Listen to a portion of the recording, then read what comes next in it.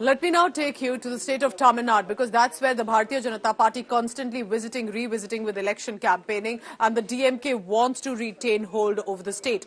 In the latest, Chief Minister Stalin has charged directly at Prime Minister Narendra Modi at a rally. Chief Minister criticizing Prime Minister's potential return in the upcoming elections, citing it as a threat to India's peace. He's pointed out to the clashes and strife in northeastern state of Manipur as evidence and warning against BJP's divisive tactics. Accusations also flying thick between Tamil Nadu BJP President Annamalai and DMK Minister TRB Raja over campaign expenses and election prospect. Annamalai, for example, now to contest from Coimbatore, challenged other parties' contributions to local development. In response, Raja asserted BJP's inability to even handle the election pressure. Tensions escalated, both sides exchanging barbs, Annamalai remaining steadfast, vowing not to splurge on the campaign.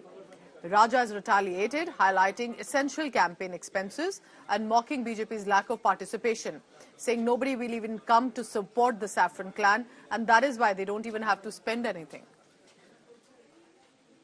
Modi ஆட்சிக்கு வந்தா அமைதியான India அமளியான இந்தியாவாக மாறிடும். அதற்கு சமீபத்திய உதாரணம் மணிப்பூர் மாநிலத்தில் நடந்த கலவரம். பாஜக மீண்டும் ஆட்சிக்கு வந்தா ஒரு தாய் மக்களா வாழற ஒற்றுமையா வாழக்கூடிய இந்தியாவை வெறுப்பு விதைகளை தூவி நாசம் பண்ணிடுவாங்க. மக்கள் கடுமையாக பாதிக்கப்பட்டிருக்காங்க. அவங்களுடைய வாழ்வாதாரங்களை மீட்டெடுக்கணும்னு 2 இயற்கை பேரலுக்கான இழப்பீடு மறுசீரமைப்பு நிவாரண தொகையாக 37,000 கோடி ரூபாய் கேட்டோம். தர மறுக்கிற ஒன்றிய அரசுக்கு எதிராக உச்சநீதிமன்றத்தில் வழக்கு தாக்கல் செய்ய போறோம். நிதியமைச்சர் நிர்மலா சீதாராமன் அவர்கள் நிவாரண நிதியும் தரமாட்டாங்களாம். மாநில அரசு மக்களுக்கு நிவாரண தொகையை வழங்கினா அதையும் பிச்சைன்னு ஏளனம் பண்ணுவாங்களாம். மக்களாட்சிகளை மக்களையே ஆமதிச்ச போது உங்களுடைய தோல்வி உறுதியாயிடுச்சு. அம்மையார் அவர்களை ஒரு முறையாவது மக்களை வந்து சந்திச்சு பாருங்க, அப்ப தெரியும் மக்கள் உங்களுக்கு என்ன பதில் வச்சிருக்காங்கன்னு. அதுக்கப்புறம் பிச்சைங்கிற வார்த்தையே உங்களுக்கு ஞாபகத்துக்கு வராது. எல்லா அமைச்சர்களும் இங்க இருப்பாங்க, பணத்தை கொண்டு வருவாங்க, நூற்றுக்கணக்கான கோடி ரூபாயை கோயம்புத்தூர்ல செலவு பண்ணுவாங்க. ஆனா அண்ணாமலை இன்னைக்கு சொல்றேன், ஓட்டுக்கு 1 ரூபாய் அண்ணாமலை கொடுக்க மாட்டேன். நீங்க பாருங்க, அடுத்த 40 நாள் பாருங்க, ஓட்டுக்கு 1 ரூபாய் கிடையாது. நத்திங். மக்களை நம்பி கோயம்புத்தூர்ல இருந்து மாற்றம் ஆரம்ப நம்பி பத்திரிகை நண்பர்கள் பூத கண்ணாடி போட்டு பாருங்க. பாரதிய ஜனதா கட்சி இந்த முறை எதுவும் செலவு பண்ண போறது. தமிழக வரலாற்றிலே செலவு குறைந்த தேர்தலாக கோயம்புத்தூர் பாராளுமன்ற தொகுதி தேர்தல் இருக்க வேண்டும் என்கின்ற சங்கல்பத்தோடு வேட்பாளராக வந்திருக்கு.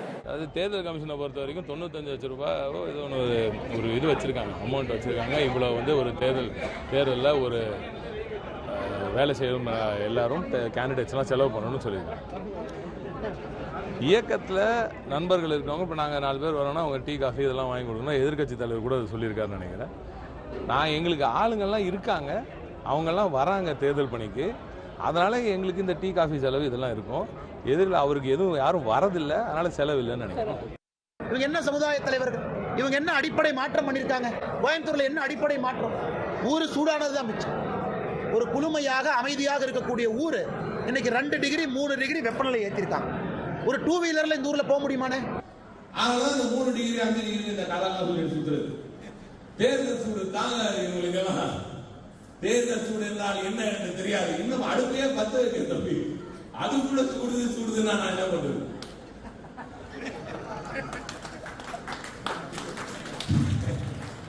புரிந்தவர்களுக்கு புரிந்து.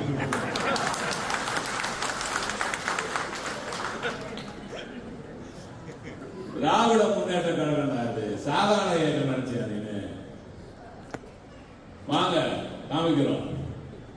இந்த ஒரு மகத்தான கூட்டணியின் வேலை கோவையில் எதிரணியினர் மொத்தமும் டெபாசிட் இழந்து அருமையான கணபதி ராஜ்குமார் அவர்கள் மகத்தான வெற்றியை உதயசூரன் சின்னத்தில் பெறப்போவது உறுதிதான்.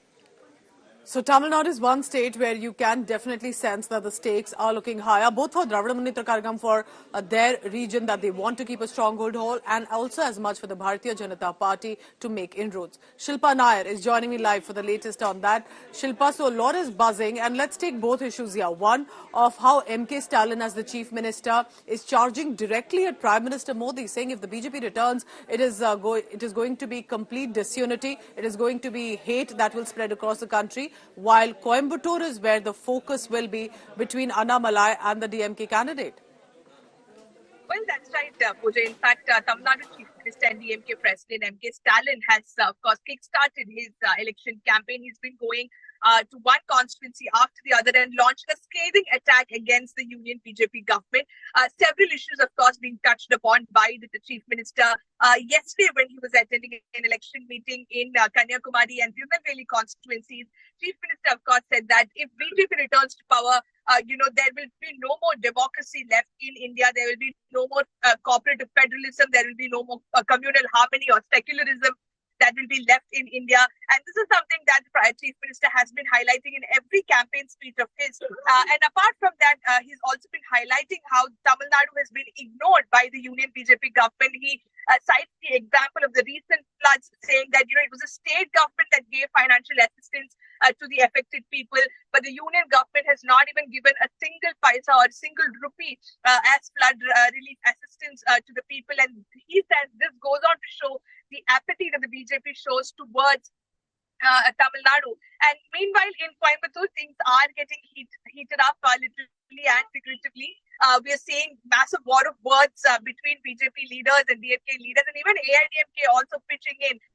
In fact, Annamalai said this is probably the first time that the AIDMK and DMK have come on the same page, because both of them are really launching a scathing attack, mounting a political attack against Annamalai's candidature in Coimbatore. We played out those reactions, those counters between Annamalai and also DMK Minister TRP Raja.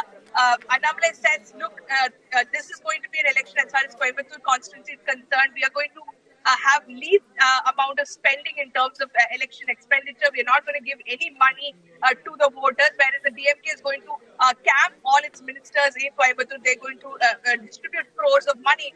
To that, TRP Raja, the DMK minister, says, the election commission has fixed a certain amount for each candidate to spend in an election.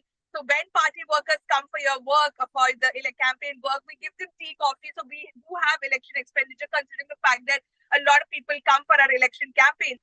But for the BJP, probably because nobody is coming to their campaign. I think among all the states, Shilpa, looks like that your state is where there are the sharpest retorts coming in, and perhaps that's reflective of how stakes are high as much for DMK as it is for the BJP. Thank you for joining us with the latest, and keep updating us on what's brewing in the state.